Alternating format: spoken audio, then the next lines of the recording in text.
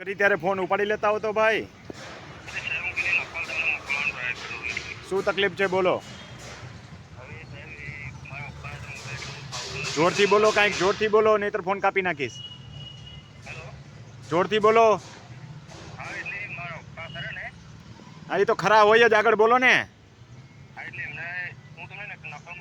કાંઈ મોકલવાની જરૂર નથી, પ્રશ્ન પૂછી નાખો, જવાબ મેં વોટ્સએપમાં તો આપી દીધો છે.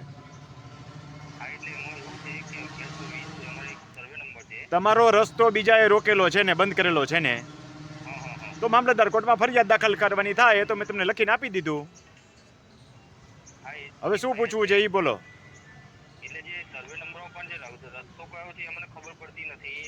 અત્યાર સુધી ઉડીને જતા હતા? અત્યાર સુધી ઉડીને જતા હતા કે રસ્તે હાલીને જતા હતા? એ ભલે ને કીએ, તમારે જે રસ્તો છે એ તમારો અધિકાર કહેવાય. અત્યાર સુધી જે હાલો છો એ માટે મામલતદાર કોર્ટમાં ફરિયાદ દાખલ કરો. આટલી સીધી વાત છે. સમજાઈ ગઈ? તમારે રસ્તો સાબિત કરવાની જરૂર નથી, સામેવાળો સાબિત કરશે કે એનો આ રસ્તો નથી એમ. રેડી? સમજાઈ ગયું છે?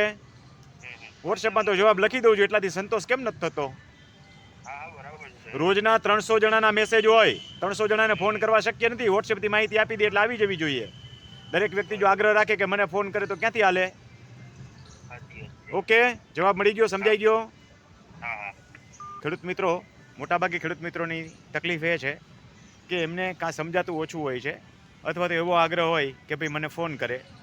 જે જવાબ અપાઈ ચૂક્યા છે એના માટે વારંવાર ફોન કરવાની જરૂર નથી.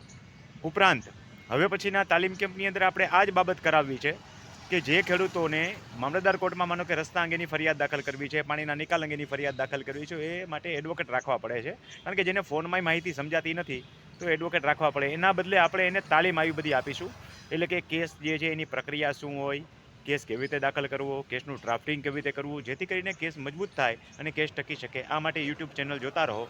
આગળ નવા તાલીમ કેમ્પો 4થા, 5મા કે 6ઠાની અંદર આપણે આગળ વિચારી રહ્યા છીએ કે ત્યારે આ જે વહીવટી પ્રક્રિયા શીખવાડીએ છીએ એના પછીનો એડવાન્સ તાલીમ કેમ્પ રાખવો અને એની અંદર આવા બધા કેસ કેવી રીતે દાખલ કરવા, અપીલ કેવી રીતે કરવી, કોઈએ કેસ દાખલ કર્યો હોય તો એનો જવાબ કેવી રીતે આપવો, તમે સાચા હો તો તમને ન્યાય મળે, એ માટેની આખી પ્રક્રિયા જે છે આપણે આગલા તાલીમ કેમ્પની અંદર, એડવાન્સ તાલીમ કેમ્પની અંદર શીખવાડીશું.